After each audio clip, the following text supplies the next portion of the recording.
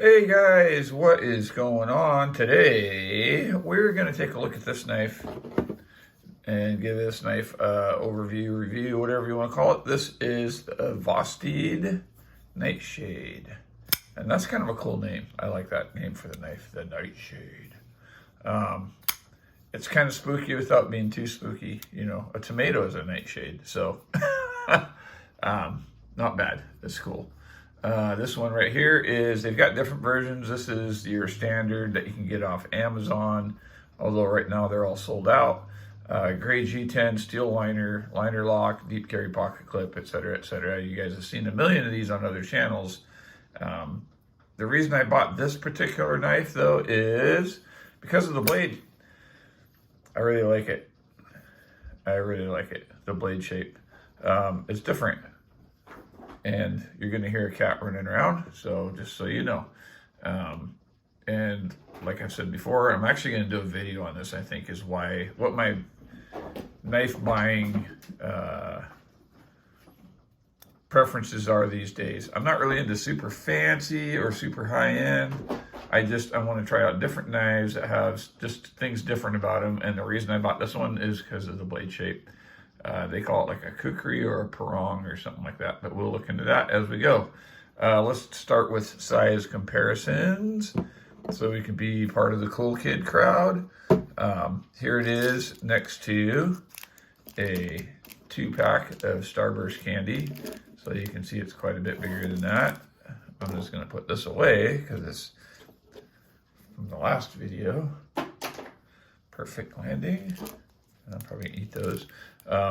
Here it is next to the code 4, or excuse me, 4 Max from Cold Steel. So you can see it's a little bit smaller than the 4 Max from Cold Steel. Here it is next to another Kaiser made knife. This is the Swayback. As you can see, it's a little bit bigger than the Swayback from Kaiser. If you look at it pivot overall, and they won't stack on each other, but you can see it's a little bit bigger, longer.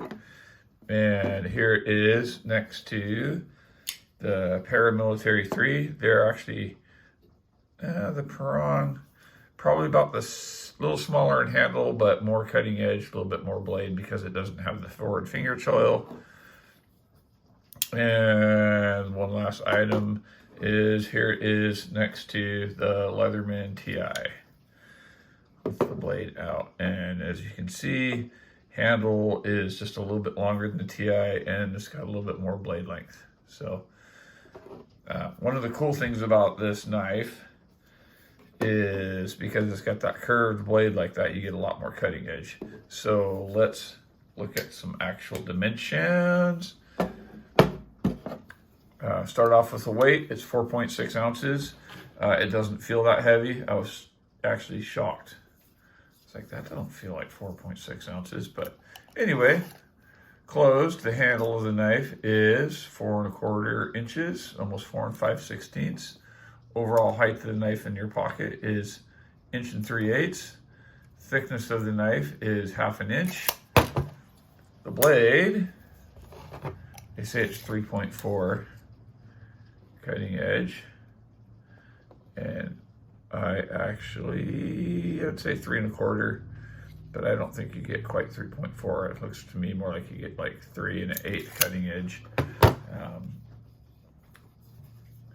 And overall length, for those of you who can't do math, is 7 3/8.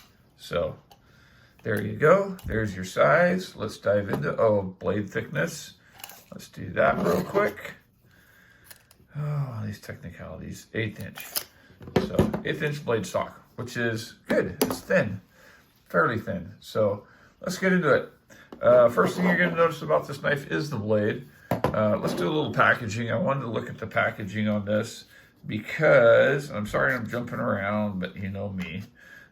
It comes in this, it's a box and a sleeve, and it's just kind of a different box that you don't really see. It's not a box, it's a tin, which is cool. You don't see that very much. And it's got their really nice logo. It's got kind of like a leathery feel to it, sorta, kinda, sorta. I don't know if you'd call it leathery. You open it up and you get a pouch. Not really anything fancy about that. You get a little card there that tells you about some of the dimensions. 154 blade steel, 3 1/4 inch blade, kukri cutter, so they call it a kukri. I could say you call it a kukri or parang. Either way, storm gray G10, flat ground, and then you get this support warranty card, which you flip it over and it's got all your support warranty information. So that's pretty cool. But it's really an interesting case. It's yeah, it's like almost like it's leather wrapped or something, but pretty neat, pretty neat. Little arrow tells you which way it's up because it looks upside down. But that is that. So, and like I said, the blade is what drew me to this. It's supposed to be like a kukri style blade. This is what you call a negative cut angle. Positive cut angle would be something like this, where the blade goes up. Negative cut angle, the blade goes down. So, what is the advantage of a negative cut angle? Well, if you're going to draw cut, you're going to start your cutting motion here, and as you draw through, a good demonstration is as you draw through, you're going to go deeper and deeper into whatever you're cutting. So when you're doing this kind of cut, it's really good. One of the bad things about a negative blade angle like that, though, is you're not going to use the base of your blade very much if you're cutting like this on a flat surface.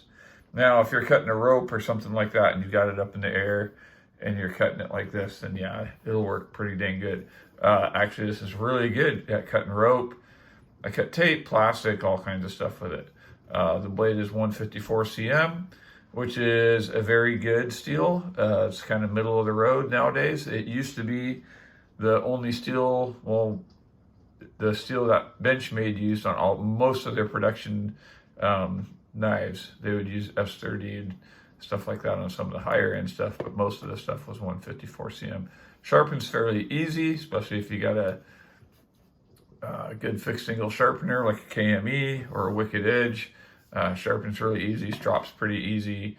Yeah, it's a good steel. This blade is crowned, which is nice. And when I first saw the first video I ever saw on this, the guy said, well, it's not really much of a piercer, but actually it's not bad. It's full flat ground. It's actually thinner behind the edge than the Quiet Carry that I just did a video of with thicker stock. So, you know, take that however you want. The plunge grind does not go into the blade. It's got a nice little sharpening choil, which is very, very good.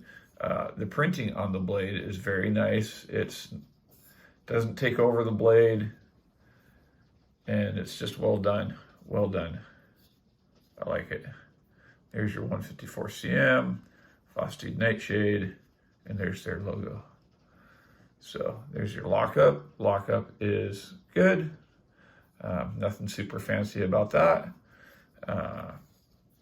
Ergonomics on this knife are really good. Everything's nice and rounded and chamfered and what have you. There's nothing really sharp. The clip doesn't really give you any problems. When you grip it in this grip and you put your thumb on it, you end up right on the jimping, which is really good.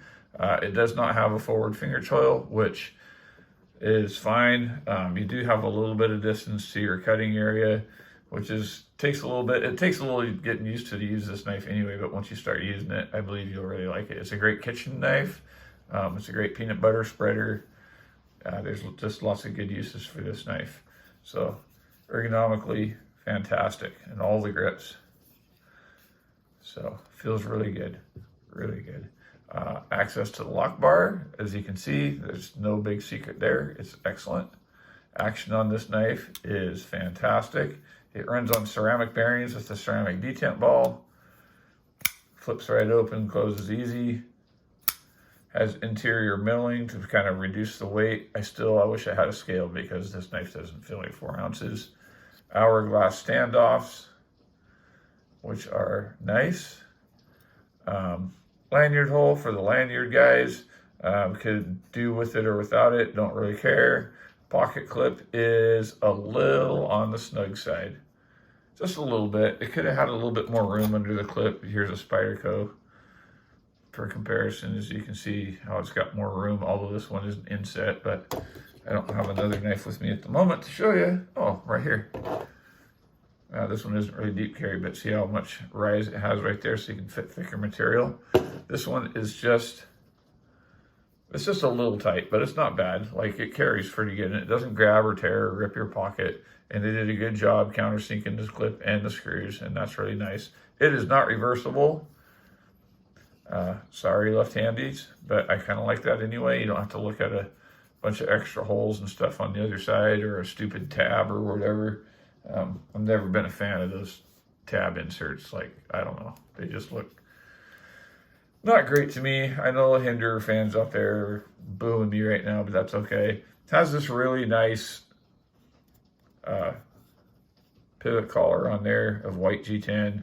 On the gray G10, you get kind of a decorative pivot on there. And it's kind of decorative on both sides. Looks kind of nice. Nice stone washing on the blade.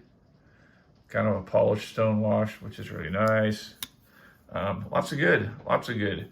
I really don't have anything too negative to say about this knife. It does kind of have what other reviewers call a pocket pecker. The flipping action, it could be push button, light switch. Like I said, probably the only thing is using it on a cutting board. You're not going to use the back like third of your blade much, but whatever. There's a lot of knives that have that problem. Look at this one. You can't even get, you know, flat on a cutting board. You're only using just the tip. So that's not a huge deal. Disassembly was pretty simple, straightforward. It does have really, really tight tolerances. So when you go to disassemble it, especially the first couple times, it's going to be very tight. So, and that's not a bad thing. So that's fine. That's fine. Action's great. Drop shutty, like everybody seems to like. For the price, I think this knife goes for about 60 bucks. They're out of stock. Sorry. I'm sure they'll get back in stock. When they do, I would say get one. I mean, for the price, and you want something different in looks, different in style, different in cutting performance. It's got great cutting performance. Pick one up. I think it's well worth it. Well worth it. So there you go. The Vosteed Nightshade. That's my review. I hope you enjoyed it. If you like my channel and you like my content, please like and subscribe. I also have an Instagram. You can go over there and follow me there. Slowly but surely. I haven't been putting very many Instagram posts. I used to put one every single day, but I got to get back into it. And I'm also going to try to work on doing more video content. But yeah, like, subscribe, hit that bell, hit, you know, the notifications that you want to see everything that comes out. And that's that. Have a wonderful day. Take care of yourself. Toad Sticker out.